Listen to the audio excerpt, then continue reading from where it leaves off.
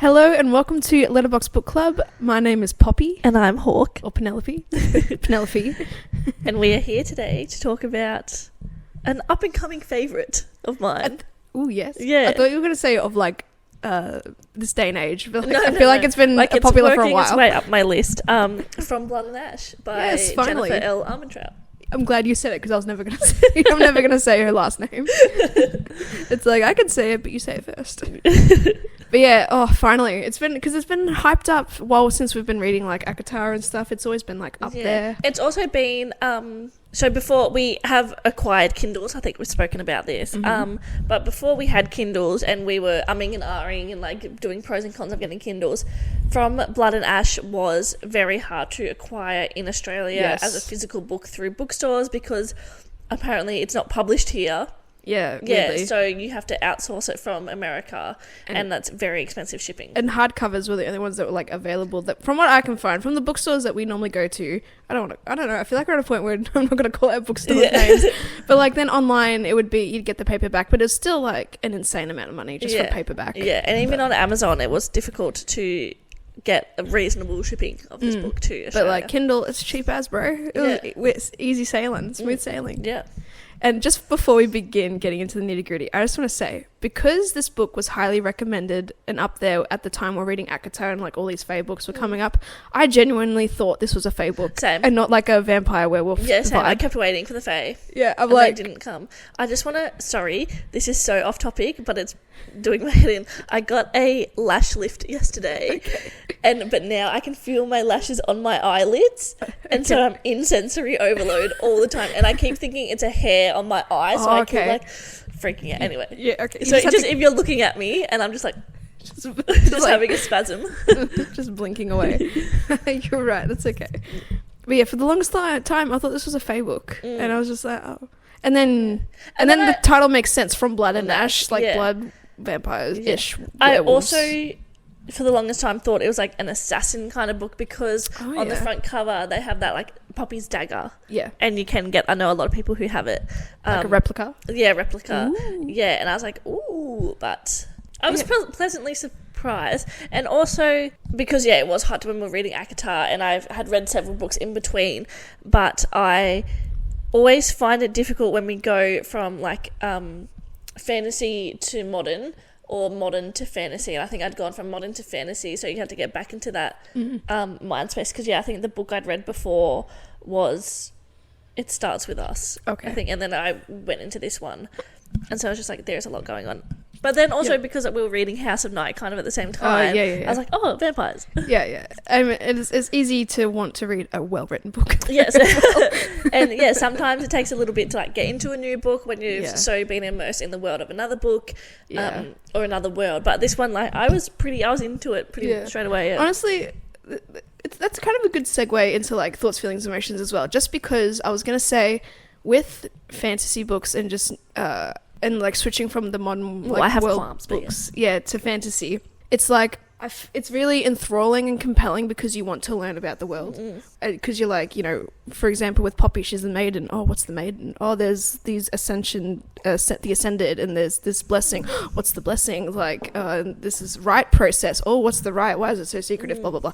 You want to learn about the fantasy world and the world building, whereas in like the modern world you're like, oh, we're in New York, like what's there to learn about New York, if you know what I mean? And I find there's a lot of exposition dumping, but it's done really well. Yeah. Like, it's done through conversation and stuff. It's not just like, here is Poppy. Poppy is blah, blah, blah, blah, blah, blah, blah. Like, it will be between two people having a conversation. And it's like, okay, like, this makes sense. The only thing that I don't like is when, and you've not got to the other books yet, but it's like when you're on book 2 or book 3, it'll say like, oh, I feel this way. I'm not going to do spoilers, but it's like, I feel this way because this happened and blah, blah, blah, blah, blah, blah, and that's why this happened, or something. Like, it's Poppy thinking to herself. Okay. And it's like, why would you pick up number 3 of a book series and just start reading from there? Like, you don't need to do that explanation of how you're feeling. I mean, I guess kind of I get it in that when the books were released, you had to wait for them, and it's kind of like that. Just, you're talking about like a little recap. Like a recap. Because I know in the second book I've gotten past probably about 70 pages in or whatever, and I know I found it annoying in House of Night, but I quite liked it from Blood and Ash. Maybe it's just the difference, or maybe because like I think it's subtle. It's a bit more like it comes around a few times. I'm just like, I get it. Yeah, it's informative. Yeah. But I quite liked the little, I guess, recap because even though I just finished it, like it's a good because like there's a lot of pages between like what's happened and events and stuff, and you kind of do forget. And I know, I was saying to you that it's a big boy book. It is a big boy book. And you think it's going to end at one point, like there's a big climax, and then it doesn't end, and then it keeps going, and then there's like another big thing, and you think it's going to end, and then it goes again, and you're like, when is this going? Like, not that you're waiting for it to end, but you're like, what more can happen in this book? Yeah. And I always get confused when I first read it, because I'm on my reread now. Because she's a fucking boss that just smashes them out. Well, I just listen to the audiobooks at work, so I get like a solid 5 hours of just pure listening at work. Pure smart. I always get scared that my AirPods are going to disconnect and like the smart's just going to play out. Are you scared that somehow someone is going to connect to your your device? Yes, and also this week I haven't had my AirPods because I lost them, but I found them. So I shut the doors and I play it out loud. Oh no! But like people walk in like sometimes, and I have to like quickly pause it. So this week I've only listened on a couple of days because I found my AirPods. But when I didn't have them, I was like, I can't listen because I can't risk it. And like I knew when the scenes were coming up because it's highly inappropriate in your workplace. In my place of work.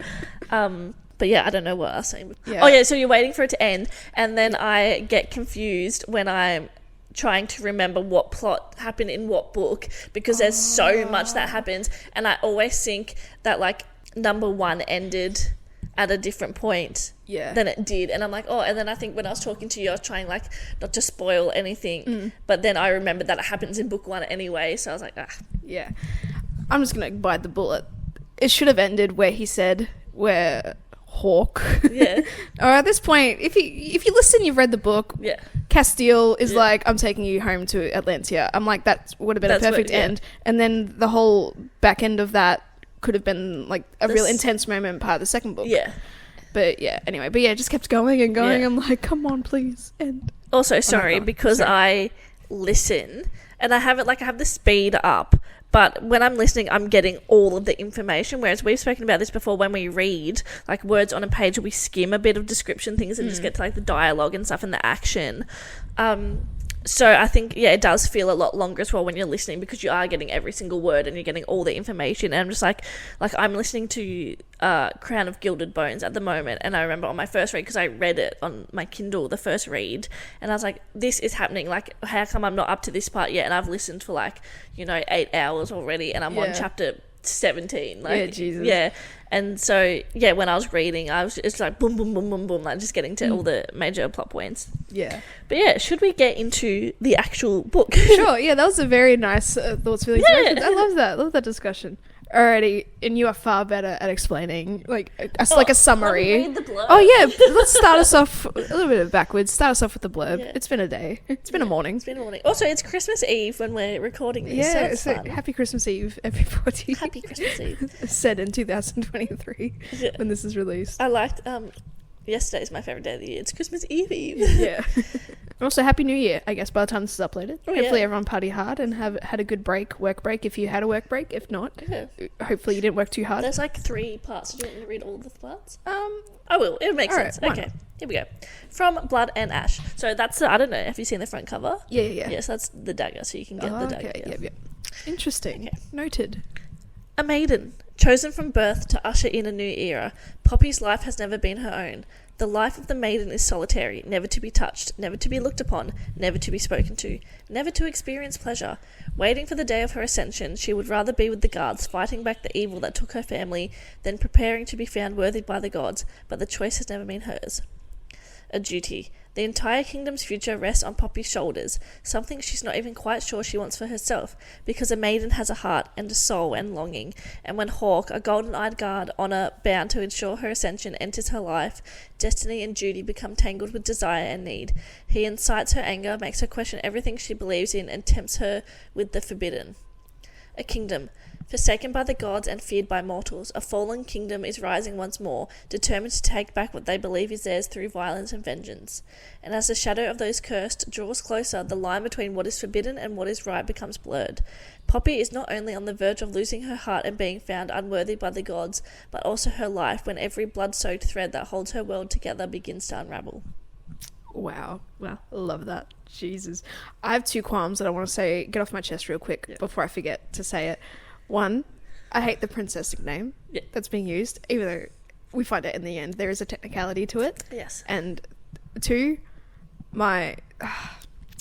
it's the, the characters kind of fall for each other, they have sex, it's her first time, whatever, then it's revealed who's the bad guy straight after. I just don't like that type of vibe and trope. Yeah. I don't know, it just gives a bit of is it not an informed consent type of thing if you want to talk deeply about it? But yeah, I don't know, and I just think that sort of, they get together. It's like they get together, one dies, or one's revealed to be the bad guy. I just don't really like that type of trope. But I'll get over it, Yeah, I think I was talking to you about the princess nickname. Yep. And I remember in Good Girl Complex, I was saying, oh my god, I hate it. It reminds me of my ex-boyfriend, blah, blah, blah, blah, blah. But I realised that, in Good Girl Complex... Sorry. About the princess nickname. Yeah. Sorry, everyone. It's Christmas Eve. We're just discussing, the shops and their stock and stuff. And I'm cutting that out. I don't... Oh, you are? Sorry, I was just saying. Anyway, okay, rude. Unless you want me to keep it in. No, well, you don't have to get the phone call in, but you'd be when I was I'm getting a phone call. Anyway, the princess, I was oh my god, I hate it, blah, blah, blah. But I think what I hated in Good Girl Complex is that it was an poorly insult. Yeah, it was poorly written. It was a shit. It was used as an insult and not endearing. And also, with my ex-boyfriend, it was I'm obviously not a princess, so don't, I don't want to be treated as this, la-di-da. Yeah. But I like nicknames that are, prophetic in nature, I guess, because... Right. And it's I don't know if he knew from the start that, because I think he just wanted to use her. But I feel like being the maiden and chosen, you're just as... Everyone protects you just as much and shelters you just as much as a princess would in this type of medieval fantasy society. Yeah. So I mean that's fair, but I hate it. Yeah. Despite the technicality. Yes. But yeah, all right. Okay, so that was just my qualms. Yeah. Oh, qualms. I have qualms. Sorry. Okay. I have this in a lot of fantasy books when there is modern plumbing. I guess, so... It's, but, it's a magical world. I know, so it's, in ACOTAR, when it's, as well, they're, not fantasy, we're out hunting for our food and, we're carving up our meat and stuff or whatever, but then it's, I flushed my vomit down the toilet. Oh, yeah. It's very fun little nuances. Yeah, and then in, this book as well, Blood and Ash, I think, they have, modern plumbing, and then in a later book, they have showers. Oh. And Poppy's so intrigued by the modern plumbing and everything, the taps and everything. Yeah. And I was but there's magic. I was and there's creatures. Yeah, I was this is on. So weird. It's very jarring, I guess. Yeah, it is jarring and it takes me out of it for a second. Yeah. But that's all. Yeah, that's so funny though. Imagine just being enthralled by this is gonna sound not a portable waterfall if you think about it, but I see in the same way as my son who's 2 years old, and it's his consciousness has just been switched on. So, but it's because he knows that rain outside, but when we're in the shower, he knows it's called a shower. Yeah. But when we're in it, he's rain. He just doesn't understand because it's coming from above. Rain. Yeah. It's not from the sky and the scientific behind the clouds and everything. It's just it's just waterfall. Yeah. Yeah. Yeah, no, that's so funny. So it just reminds me of a small child. But anyway. Just the awe and wonder of technology. All right, now let's finally get into the plot. All right. Okay, so we are introduced to a Poppy/Penelope. I'm going to say Penelope. It's spelled as if it should be Penelope, but that's a shit name, so we're not doing that. Ooh, you heard it here first. Yeah. Also, just all the character names is the slight a letter adjustment, and suddenly it's fantasy worthy. I forget who else it was. There was someone, and it's speaking of fantasy names or whatever, there's Claudia. It's EYA yeah instead of Claudia. yeah. And there's like a name spelled like Niall, but it's like Neil. I call him Niall. It's Neil. Ooh. Yeah. Oh. Yep, I know. Anyway, so you know that character in that book that person is writing. Okay, yes. The first name. I was talking to my friend who's having a child. Okay. And she said, if it's a girl, I want to name it this name. Oh, wow. And I was like, I did not know that was a common name. And I was like, please don't mess it up like we have. Nah, all good. Love that. Anyway, so we're introduced to Poppy. Mm-hmm. She is what in this world is referred to as the Maiden, which means that she is going to be given to the gods. Like, she is chosen by the gods. She's going to be given to the gods on her Ascension, which is like just after her 19th birthday. And the Maiden like cannot talk to anyone, cannot be seen by anyone. She's veiled. So she has to be kept pure and protected. Yes. Otherwise, she doesn't want to be deemed as unfavourable and all that type of stuff and unworthy. Yeah. So, yeah, she's very treated like a very sacred being or, like, even object in a way as well because, yeah, she literally has no freedom in a way. And, yeah, the story just follows her journey because there is an evil entity named the Dark One who is out to get her for some reason. But maybe it's just because she is this secretive thing that, like, the Queen and King hold so dear. Yes, and there is these creatures called the Craven, which I guess I'm imagining it's just, like, really rabid vampires. Yeah. Yeah, like zombie vampires. They only want blood and they attack people, and then if you get bitten, you get cursed and you turn into a Craven. Yeah. So they're, like, attacking people, and there's the Rise, which is like a wall around the city. Yeah, so we're in it's called the Kingdom of Solace is where we are, but we are in the specific area called Macedonia. Macedonia. Claire's cursed. Yeah, I'm cursed now. I'm gonna die. Just kill me now. And yeah, the Arise is just it's like a mountainous, what would you say, coverage of like, it's like, I imagined them as like just like they're in a valley and like it's surrounded like a crater like style. A man-made wall. Oh, okay. Because they go up on it, like, so it's like. I know, yeah, that's when that Craven attack happened, like, my whole imagination of what the Rise was, like, fucked up. It's like, because I thought of it as like a crater, but like, it's like an inverted crater, almost. No, because she talks about how they're built around all the cities and stuff, Yeah, and like them. Some places, some villages have smaller ones. Yeah. So yeah, every village and I suppose every main city has a Rise. To protect Even some them. of the smaller villages have them. Yeah. But you wouldn't know that yet. And pretty much it's just like, this Dark One and things are happening to Poppy and she's just trying to survive and everything, all these events that happen are just like pushing her ascension further because she, again, is a sacred object and being that, like, you know, this progress needs to happen and she needs to ascend. Yeah. And so she has a brother, but he's already ascended, so he lives in the capital. Which is called Cassidonia. Cassidonia, yeah. Cassidonia, whatever. Same. Tomato. But her parents, she lives at Castle Tierman with Duke and Duchess Tierman. But they are not her parents. Her parents were killed when she was a child in a Craven attack. Yes, at their like home village.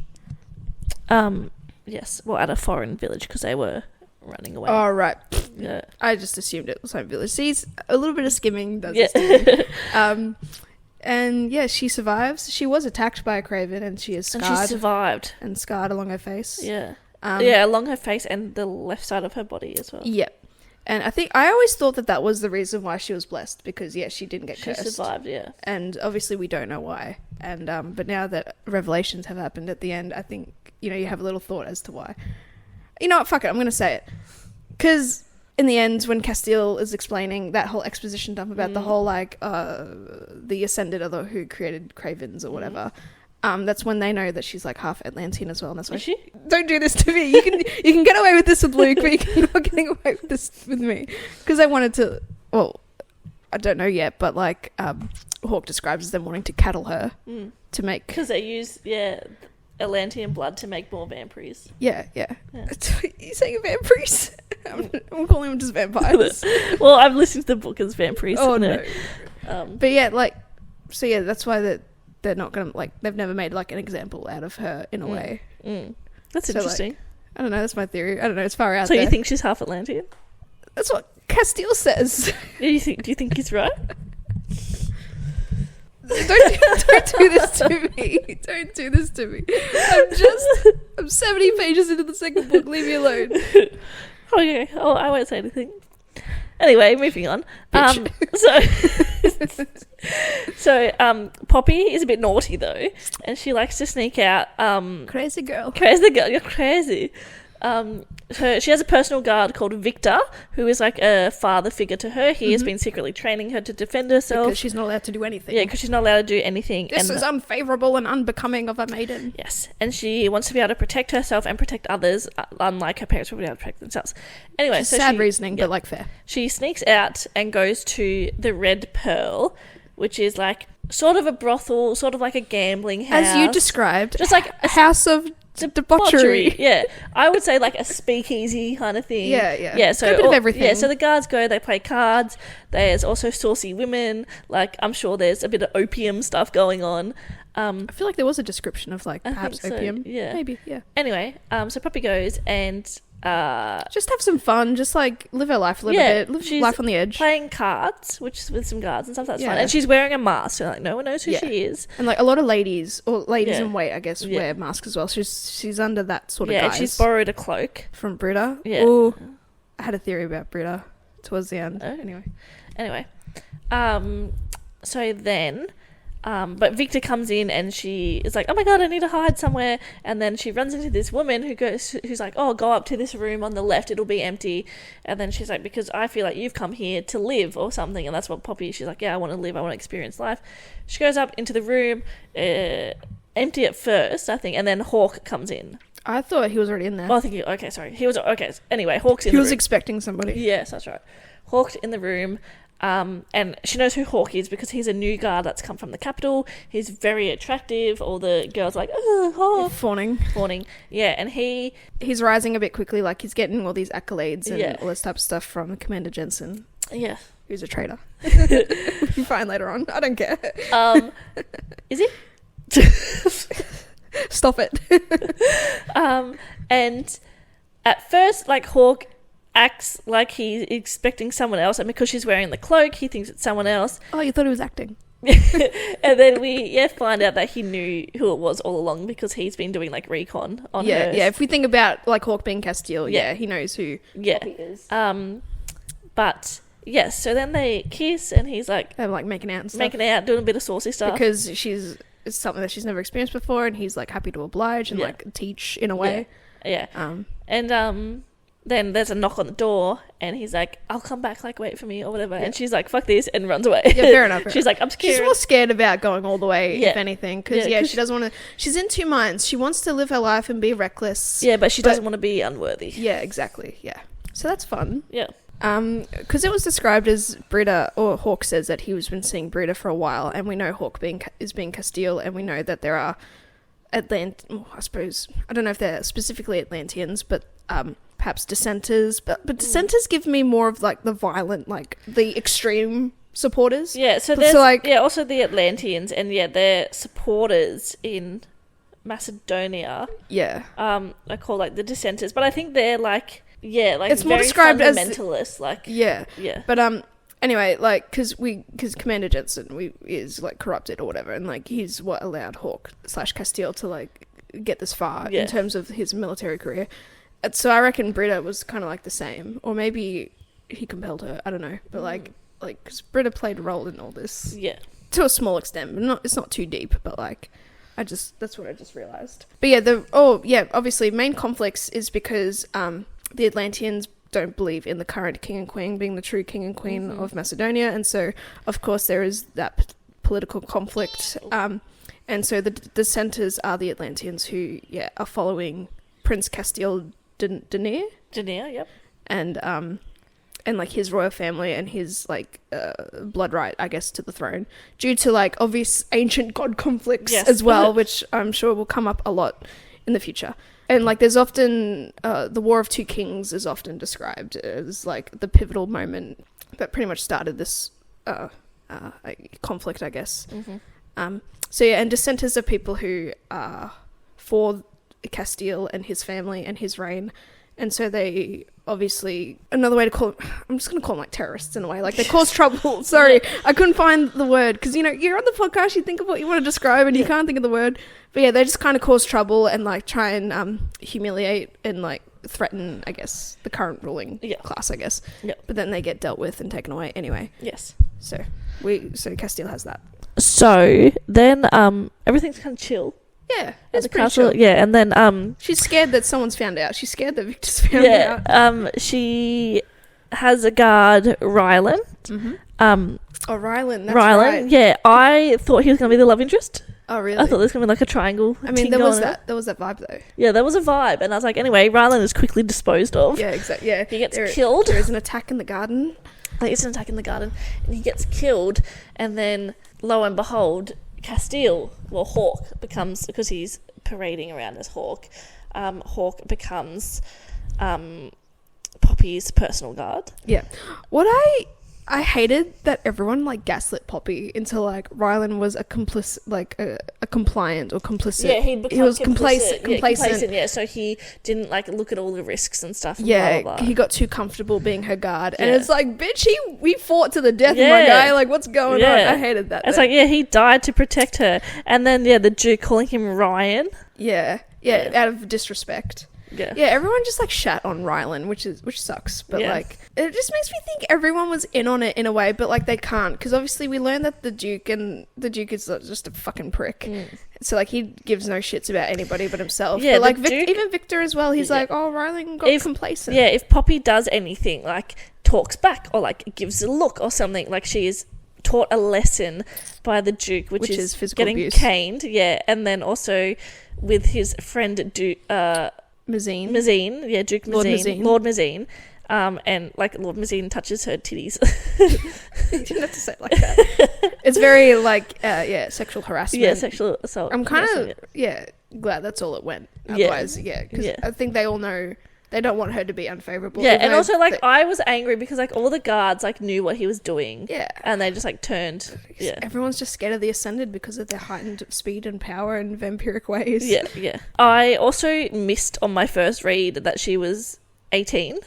Oh, okay. I thought she was like 16, and I was like, I hate all of this. You're very concerned. Yeah, I was very concerned. But then, in my reread, I was like, and then I think in the second book or whatever. It doesn't make it any better, but still. Like, Lord Mazine was a fucking creep, and I hated that. Yeah, and the fact that they got away with it from so long, and it's like, surely, if they're looking at it from she must remain pure and all that, but surely, like, what they're doing, obviously, it's hard to explain, for me to explain. But, like, surely what they're doing would then affect... I don't know, it's kind of like a weird domino effect. She's not allowed to do anything impure, but people can do impure things onto her, almost. Yes. Like the physical abuse and the sexual harassment, touching, shit like that. Yeah. But how is that not also, in a way, going to affect her being unfavourable? Yes. I don't know if that made any sense. But, like, yeah, it was just weird like that. But, yeah, it was shit. Lucky they're short-lived and they fucking died. Yeah. I celebrated. I was just smiling. Yeah, I was like, yes! Idiot. And with the whole cane as well through his heart. I'm that's yes. Did you think Hawke was sus? Oh, he was sus. Yeah. And especially because... I was going to ask you, when did you think Hawke was sus? When he started, like, really getting, like, close to Poppy and stuff. I was like, well, if you were for, like, the right and the Ascended and everything, like, you wouldn't, like... Why were you questioning her and trying to encourage her? And when there was so much talk about when he wouldn't fully smile, he would smirk. Yeah. And I was like... I think in the Willow, where they snuck away from the right party or something, and they have like a little hole in the willow tree, and they're in there, they're making out, and like and because he could see very well in the dark, and then, which was suspicious. Yeah. And then like I think there was a moment where he kind of kissed her neck, and like she felt like a sharp something, and I'm like, ooh. Yeah. And then it solidified when he disappeared, when all hell broke loose, and like Lord Duke Tim like died. Yeah, was impaled so on wasn't the wall. There. Yeah.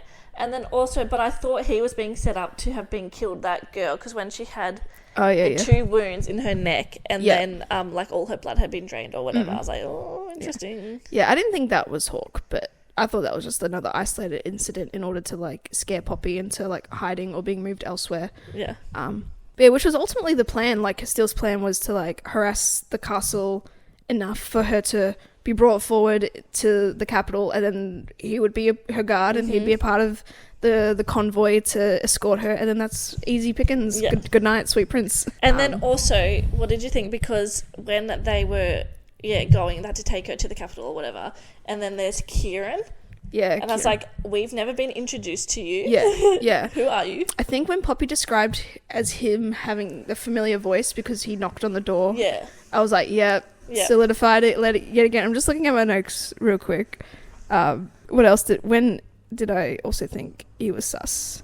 Oh yeah, well, I wrote the Duke dead came through the heart because Hawke had I think him and Poppy had a talk about, because they're in the library with the book, Smutty book or whatever that they bond over. And also, he's like, you're familiar with a cane, and then he duked him and dies with a cane in the heart. Yeah, I'm like, and then I think, another moment. I don't know what it is, but I think it might be the Willow or whatever, when Hawke's like, I feel like I know what he does or whatever. Yeah, and like, it's just, I know in terms of the hinting in the book, but you know, and it just sucks that, even Victor kind of regrets not helping her as well. Yeah. As he's dying, unfortunately. Another thing we just kind of like forgot to mention is that Poppy has this special power. Oh, yes. Because Chosen One Maiden has to have a special power. Yes. She's like she can feel and sense other people's pain and emotions, and she can she can sense kind of other people's emotions, and she can also take pain away. She can take pain away, yeah. And I'm glad we got to see that in action early on with like, because when there's a protocol when there's a Craven attack or someone is cursed. Like, they have to die. Good night. Yeah. And so Poppy, being the empath that she is, she likes to have people go out with dignity. So she'll sneak out with Victor, so he's allowing this as well. But, I didn't realise I thought she would just take their pain away so they can, gently ease into death. But no, she just fucking takes their pain away and then stabs them so they die. Like, she kills them. I was like, wow. Yeah, but in a way, like, they don't feel it. Yeah, they don't feel either. Any pain. It's definitely a more violent way to go out in a way, but, like, it's the closest to thing as being gentle and delicate. Mm. But, Victor and her go to this lady and husband or whatever, and, they're cursed because they came back from, like, outside the rise, because outside the rise is like no man's land essentially. Very dangerous. And she's also veiled again, like no one knows who she is. No one knows who this magic healer is. So she takes this guy's pain away, stabs him, blah blah blah. And then they heard of like another person that had to go to, I think. And then I'm like, is this going to be the thing where like a million people are cursed and this is the downfall of the castle or something? Because he says that there was someone else who was bitten with him, but he wanted to go and say goodbye to his father or something. But then his father had killed him anyway. So So nothing really came of it, which is good, because I thought it was going to be like a curse effect. Like and zombie talk apocalypse about how style. there's like a mist and the Craven come with the mist. And I thought that the mist would play a bigger role, but it's just like... Just the coverage. Yeah, just coverage, Yeah, you thought like it was like a dangerous, like a toxic mist or whatever that just came and go. Yeah, and I thought, maybe there's not actually like these Craven, maybe like it's the mist. Yeah, the mist. The mist. Yeah, I thought so too, but unfortunately no, which is kind of good in a way. So they're just pretty much like, they're just kind of waiting around for like the right to happen and like this ascension to happen and all this. Yeah. And there is a Craven attack on the castle. And Poppy goes out there and fights like hell because she can't stand to sit still and not fight when she needs to. And I think it's also part of her rebellious nature as well, because, being told not to do anything, she is willing to be that reckless and risk her life. Oh, I think an important detail as well is that Poppy has a dagger that she keeps like strapped to her thigh. So she goes out on the rise. Well, over the rise, and she's like helping protect against this attack. And then on the way back to the castle, she's like cornered by Hawke, who moves impossibly fast. And then I think he like, I don't know, something, he like touches her thigh or something, and he like feels the dagger. And I didn't catch that in my first read, that it was because of the dagger. I thought like he just knew who it was. Oh, okay. But I think because he felt that, he's like, oh, you didn't think I'd know who you were, princess. And because he's been calling Poppy princess. Yeah. And I was just like, he knows. Yeah, I know he knows. Yeah. And she does very well, except she's pretty sad that a lot of guards died and all that type of stuff. And she's further pissed because the Ascended did nothing. And like they're the most... Like, they're probably the most suitable people to, like, kill these creatures. Because they're essentially, like, immortal. But then you think about it now, why would they kill the things they created? Exactly, But did they create them, Kenzie? Is it even true? Which is cool. So, Poppy is a fucking badass. Yeah. But we love that. She's girl boss. Yeah. But again, it's all in the name. Because she's in two minds as to whether or not she actually wants to be ascended or wants to be blessed and wants to perform in this rite.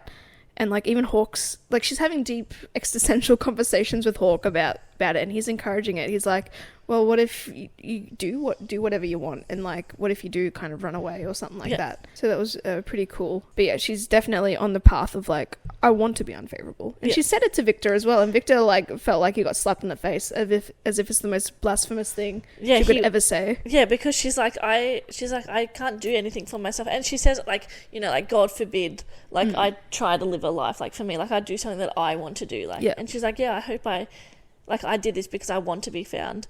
Oh yeah, because Victor is getting sus about also in the Willow when they're making out. He's like, I'm sure that's not all you were doing, you know. But that was later, Victor, and you were dead, so who cares? He's rolling in his grave. Yeah, Victor's bye-byes now. Yeah. I suppose another fun kind of aspect is Poppy liking or learning to read like smart books and stuff. Yeah. It was just such a fun detail. There's a sex journal by Miss Willa Collins. Yeah. And it's all about like Miss Willa Collins's sexual exploits. Yes, promiscuous activity. Yeah, and Poppy reads about it, which is fun. Also for learning as well. Do you think we'll meet Miss Willa Collins? I hate that you asked that question. Sure. Will she play an important role? Probably not. Have we already met her in the series and we just don't know? Shut up. Maybe, I don't know. I'll wait and see. She is the queen. She's the queen. Isn't it described that she and Hawke did it or whatever? No? Was it Castile? No? Oh, I feel like something familiar about that. Oh well. Oh, and also all throughout the book there is a person referred to as the Dark One, who is the Prince of Atlantia. Yeah. Yeah, and don't know who he is, but then obviously it's Hawke who is Castile. Yes. But yeah. Again, he's just out. Like, you don't really... Until the end, you don't realise why he's, like, out to get Poppy. Yeah. And, yeah, we'll find it. We'll go through that later, because we're almost there. And the Craven attack is really what solidified the push forward for Poppy to travel to Carcedonia in order to fulfill her ascension, her whatever. She was unsafe. Yeah, very unsafe, and, no one can protect her. But So they're preparing for that journey, and then they have the riot, which is where the Duke died, and where she killed Lord Mazine, which is fucking... Yeah, I know. Yes. She's, like, chopped off his hand. Yeah, that was so good. Yeah. Yeah, taking all that abuse and frustration. Yeah, and she's like, fuck you. And when she talked to the Duchess, she was so scared that the Duchess was going to give her a lesson. Yeah. But yeah, or any sort of, like, abuse moments is known as a lesson. But it was implied that the Duchess also was kind of maybe abused by him too, physically. So, and she seemed... Yeah, because she said, like, something like, do not, like, mistake, like, my inaction for, like, acceptance or whatever. Yeah, something like that. It was something pretty deep and profound. Yeah. I was like, oof. And she didn't really seem to care that he died. Yeah. And same with Lord Mazine. Yeah. They're, like, just the creeps that just got killed, which is fantastic. So, Poppy being summoned to Carcedonia. They're en route. Yes. We have the travelling party of Hawke. And then suddenly Kieran, who's like an extra guard who came from the capital with with Hawke. Yeah, so we have Hawke, Poppy, Kieran, Phillips, and Eric. I don't know who. Eric. And I think there must be another person that I didn't write down, but oh well. No. And so they travel through the barren plains and the Blood Forest. The Blood Forest is exceptionally dangerous because it's where a lot of Craven reside, I guess. And it's such a cool forest the way it's described because the ground is like red and like riddled. Is it blood? Is it just like just the nature of of what resides in the forest? But yeah, so they travel there. They spend a night there, despite because it's a few days away, and they need to take a rest somewhere, and nowhere is seemingly safe. So they spend a night in the Blood Forest. Why am I saying forest? With an accent, Jesus. And then Hawke and Poppy have a moment in the Blood Forest. They do have a sexy moment in the Blood Forest. It was very steamy. Poppy can't sleep, so Hawke helps relax her. Yes. But also, like... the guards were there. And also, like... What is it? Is it like voyeurism? Yeah. Whoever the guards were. Hawke made Poppy reach a climax. Yes. But, like, through her pants. Like, it wasn't, like, his hand, like, wasn't in anywhere or on anywhere, really. And I'm just like, come on. Like, it's very teasing. Yeah. But yeah, Poppy's also very worried about the guards hearing because they're so close. Yeah. But if you think about it, if they're all mortal. Yeah. Except for Kieran, perhaps. Yeah, Kieran. Because of his special... Kieran's a wolf. I'm just going to cut Kieran's a wolven. Kieran's a wolven. And I think he would have keen hearing and he would have had to have heard everything. Yeah, and also surely. Wait, you'll see. Some things will come out. Oh, Jesus Christ. I don't want another, like, love triangle, dude. Claire's angry at me because, like, something came up. And I'm just like, is he? Oh, is she? We're talking to Luke. Yeah, she does it to me too, and it's not fair. We need to do it to her.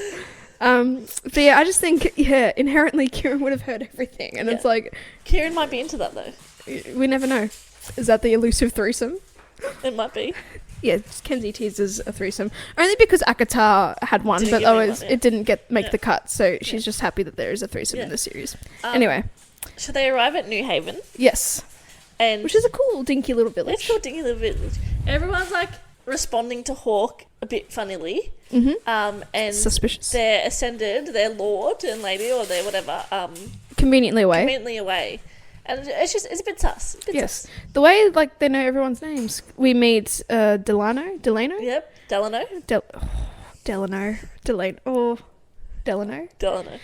We meet Elijah. How could I fuck that name up? And there's this chick named Magda. Yep, Magda. And it got super sus. I think Poppy even had a thought where she's like, wow, you know these people's names intimately, and you said you've been here a couple of times. Yeah, at this point, I know they're going to stray away from Carcedonia. So they settle in. Remember, Poppy still has Phillips and Eric or whatever. Yep. Eric. Wait, it all starts coming together. No. There's something sus. There's something sus. I don't know, but then Phillips comes to Poppy. This is after they settle for the night. She has a bath, whatever. Yeah. Her and Hawke have sex. It's her first time. It's fun. It's a delicious scene. Yep. Love it. Yep. And then, Phillips comes in the next day and he's like, we got to get the fuck out of here. Yeah, he's like, something isn't wrong. He's like, they're Atlanteans or something like... Because their guards have disappeared and died or something. Yeah. And then, they meet Jericho. Jericho. Old mate Jericho. Yes. Turns out he attacked Poppy in the garden in the name of the Dark One. Yep. And so she's now, like, technically a prisoner instead of being the escortee. She's the prisoner. And so now it's all kind of revealed that, like, is this where Eric or Phillips dies or something? Yeah, because and he's like, I know you. He's like, we played cards. Yeah. And it figured like he was at the red pill, which is so sad. Yes, it is so sad. Yeah. It's such a good moment. And it's just so awkward because, like, they're forced to kill the last people that she's, like, kind of known. Yeah. And, like, now she's in a very awkward predicament. Jericho wants to kill her because she cut him and hurt him and all that type of stuff. Did she cut off his head? Yeah. And oh no, she hurt him. Castile cut off his hand because he touched her. Oh, that's right. Yeah. Oh yeah. So revealed. Which is very much like who hurt you kind of vibes. I'm like, see, I don't know, bro. I'm into it, bro. I don't know, bro. And then, it's pretty much revealed that, like, he's the Dark One and he's gonna take her and use her to free his brother, Prince Malik. Yeah. Because he did describe when they do have a heart-to-heart, he does say he has a brother. Yeah. Which I thought it came across that him being he's dead. Yeah. Yeah, I suppose if he hasn't heard from him for a long time, it's a good assumption. And that's the thing. So we find out that his brother has been taken by the Ascended in the capital. And but he's like, I'm going to take you because I'm going to swap you. Yeah, it's like a prisoner trade, I guess. But also love. They love each other at this point, like very despite mixed the betrayal. Yeah, despite the betrayal, they won't admit it to each other. Look, I do love a good betrayal, but it's just not right after the first time. You know. But and there's like a lot of things happening, and then like I'll just jump to it because just go for it. Like the last line, because then like Hawke is like, Castile was like, we're going to take you to Atlantia or whatever. And she's like, why the fuck are you going to do that? And he's like, well, we go home to marry. Yes. Yeah. Bam, bam. And she's like, what? But that's where it ends. Like, yeah. It should have just been like, I'm taking you home to Atlantia. Because then it's this whole bullshit, this New Haven, like, tussles and stuff happen. So pretty much Jericho is annoyed that Poppy is like still breathing. Mm-hmm. And so they are... I think she's in prison because like they actually don't trust. Because Castile knows her ability to get out, and so he's trying to limit any sort of access to her escaping. And like I think she was hurt in a tussle as well, so like he's healing her by biting her and giving her some blood. Yep, hot. It is actually quite delicious. Claire has been like, I don't understand, like, why you like all this blood stuff, blah blah blah, in all previous scenes. And then the other day she admitted to me, she's like, I get it. Yeah, I get it. Yeah, she's like, I get it. I get it, but it doesn't mean I like it. Doesn't matter. I'm justified. I'm validated. You're validated. Yeah. And anyway, like Castilla's giving the whole exposition. This is where the exposition dump kind of happened. Like he's healing her, and there's descriptions in between. Well, because I can picture it. Like he's healing her hand. He's doing this. He's doing that, and he's gently just explaining. Yeah. So he pretty much describes yes, the Ascended vampires are the ones who are creating the Craven because ultimately it got switched. The Atlanteans were being blamed for the Craven because it's part of their army or and whatever. And also we've missed a lot of things. Sorry, but there is a thing called the Rite or the Ascension, whatever, where second sons and daughters. Are given, sent away. Yeah, sent to the god, given to the gods, and they're never seen from again. But essentially, this is just people giving their children to be fed upon. Yes, exactly. Because there's a difference between the Atlantean sort of vampires and the Ascended vampires. Yeah. I'm just going to call them Atlantean vampires and Ascended vampires, even though they're two different species. Yeah. They're still... Well, I think there's Atlanteans and there's vampires. Yeah. Yeah. Because Atlanteans, they are kind of more born. It's a natural nature in them, and they're not made. Yeah, they don't get frenzied. No. When they drink blood. So the Ascended, it's the Atlanteans cannot make the Ascension. Yeah, I think it's described again because it's part of their nature. Yeah. They're the natural vampires, whereas Ascended are made from each other. Yeah, and Ascended can't walk in daylight, and all these things and blah blah blah. Whereas Atlanteans, it's kind of a weirdly an unevolved sort of species in a way. Yeah, but Atlanteans are made from each other, from their bite. That's why they're cursed or whatever. If you don't.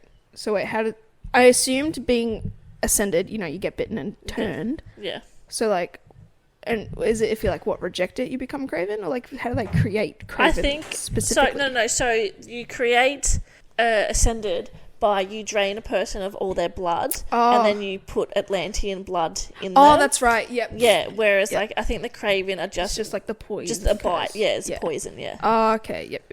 Yeah. Cool. Because Castile describes his brother as being used as cattle, and they're using his blood to create the Ascended. Ah, that's right. Yes. Yep. And it is described that Castile was once in that position as well. Yeah, he was for 50 years. And he's entertained in other ways. Yes. Forced to entertain. It's very parallel of Akatar. Yes. Maybe 50 years in the eyes of almost immortality or hundreds of years is not that long. It's not that long, yeah.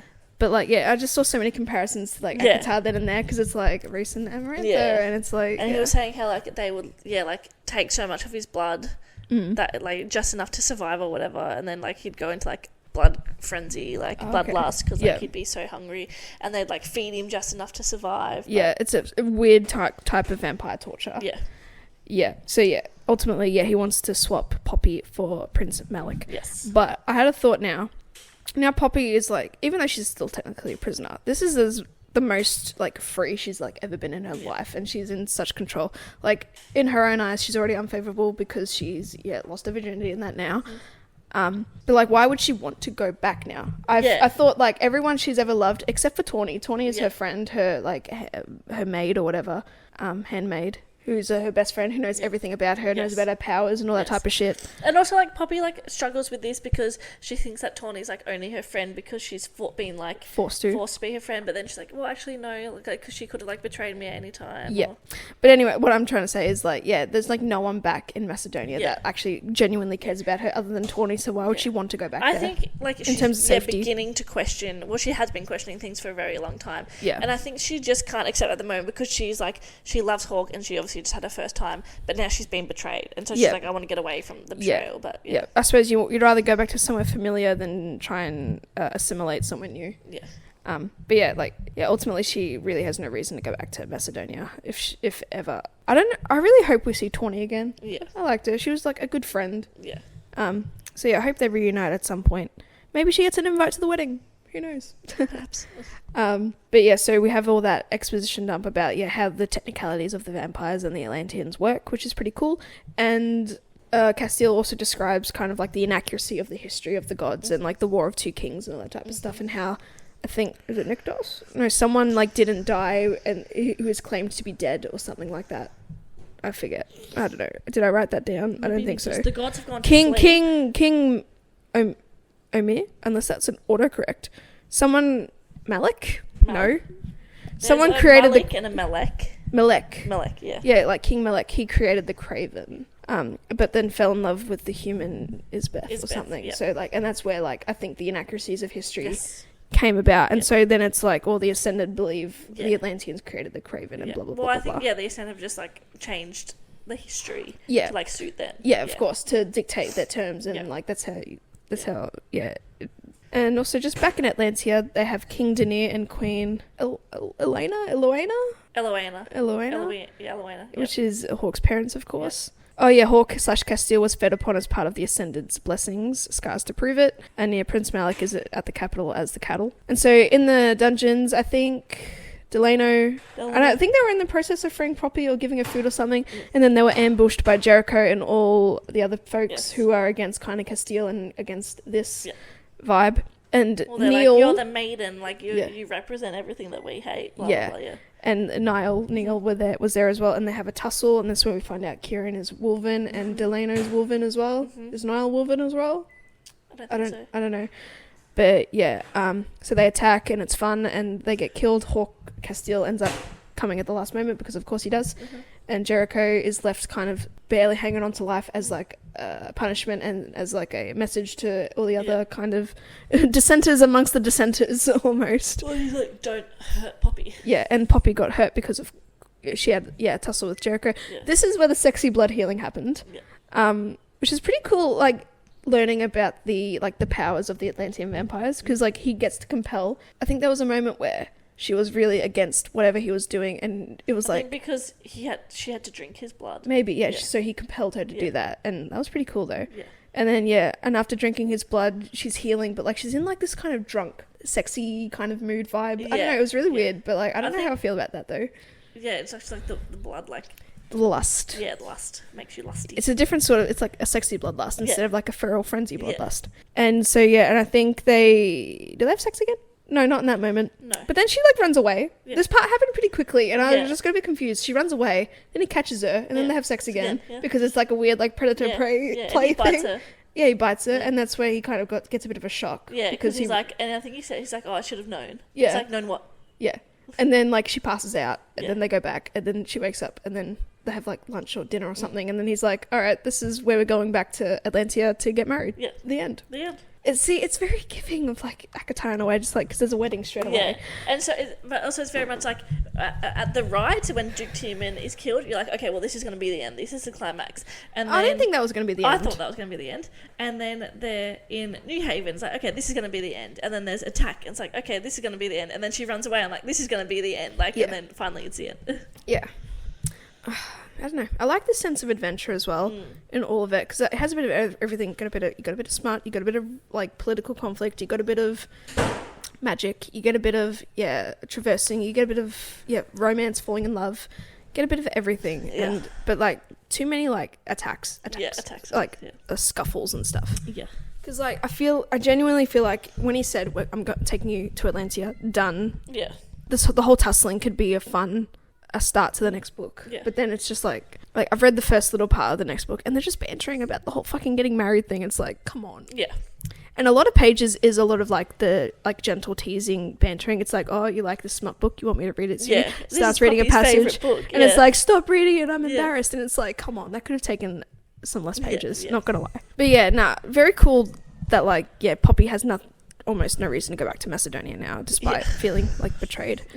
Because, I mean, she's not going to be able to escape the Wolven. Yeah, and then also he's like, it's snowing out, like, it's cold. He's like, we will find you, like, you'll not be able to outrun us. And then he's like, also, like, you'd be killed, like, you'll die. Yeah.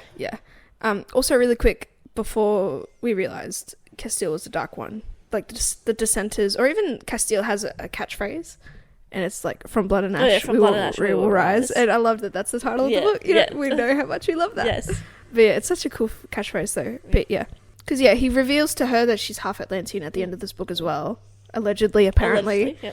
And so she would technically be a princess? Where did the princess come from? Why do I think that she was technically a princess? Just, I don't know. Oh, wait. I think this is also important because the reason why the queen, Poppy is the queen's favourite in Macedonia is because her mother refused her ascension to marry a human, allegedly. Don't look at me like that. Jesus really? Christ. Shut up. Just let me speak without giving me the side eye. Sorry. Ultimately, she refused her ascension and she married someone she loved. Her father... it was a big deal because it never happened and the queen allowed it as a once-off. So, you feel like it must be a very important man or person... or man, but could be. But I suppose we'll find that out later, obviously. But if she's half Atlantean, one of her parents would have had to have been Atlantean. Yeah, I know. I'm aware of that. Either the mother was or the father was. You have a 50-50. Come on, don't do this to me. But yeah, I didn't even want to get into the whole, like, the lineage of who's the Atlantean. It's just the deal of, like, her mum married someone and, like, the queen allowed it and it was a once-off. Blah, blah, blah. Yeah. That's important. Amazing. Because, yeah, then that is the questioning of the lineage. But yeah, so, yeah, they're on the way to Atlantia. Who the fuck knows what's going to happen? Yeah. Goddamn. Yeah. Enthralling book, though. Yeah. I enjoyed it. I think there's 5 books at the moment. 4? I think there's prequels also in between, and I'm going to be... it's going to be like... let me look it up. It's going to be thrown a glass all over again. Do you read it in chronological order, or do you read it in bloody just publication order? I think publication. So there's 1, 2, 3, 4 main, and then I think, like, there's 2 prequels. I feel like there's going to be another main. Yeah, there will be. Yeah, it's been. I think there's maybe 2 more main. Yeah, I think it's going to be 6 because it was meant to be 6 3, is a good number, or 4, and then she made it 6. Anyway, so I think we'll do 2 standalone book and then 2. Oh yeah, like split them up. Yeah, of course. Yeah, we've learned our lesson from House of Night. Oh my god. So yeah, just for the sake of, like, keeping us fresh and reading. Yeah. Like, some people can smash out, like, binge read books, kind of like, hey, binge watch TV shows and you're fine. And to avoid, like, burnout as well. Yeah. And also it just helps us, I don't know, it's a good, like, breakup as well, I guess. Because then, you know, I don't know why, it's just, you just feel refreshed. I just, hopefully, in a way that I don't forget the books in between. Yeah. But no, it's all good. No, ultimately, enjoyed the book. Looking forward to reading it, finishing the series. Yep. Very hyped. Everything is where I'm at in the second book, Kingdom of Flesh and Fire. Me, I can have twist. Yeah, it's getting very interesting, and I already have thoughts about Castile as a character. Oh. It's just like that. Even in the first book, I think it's the weird, like, I'm betraying you, but I'm also your number one protector, and it's like, it's just annoying. I don't know, I don't get it. It's the behavior, it's the feral male alpha behavior of, like, no one gets to touch you without my say-so type of thing, and it's like, shut the fuck up. Yeah. And it's the same in the second book at the point that I'm at. But yeah, oh well. Yeah, no, very enthralling. Cool. I'm glad you're enjoying it. And I'm glad the kettle got turned on just as we're about to finish. So as always, thank you for listening. Yeah. Thanks for following along. I know this is late, but Merry Christmas. Yeah, Merry Crisis. Yeah, Merry Crisis. Happy New Year. Happy Solstice, I guess. If anyone's... Find our link in the bio on Instagram. On the Insta. _book_club. Also YouTube, Apple Podcasts, Google Podcasts, find TikTok, YouTube. Find us all the places. Of course, but go to the link in Instagram. Yeah. And yeah, we'll see you next week for A Kingdom of Flesh and Fire. I've tried really hard. I've tried very hard not to say fly. Yeah, far out. Yeah. Thank you, everyone. Thank you. Goodbye. Bye.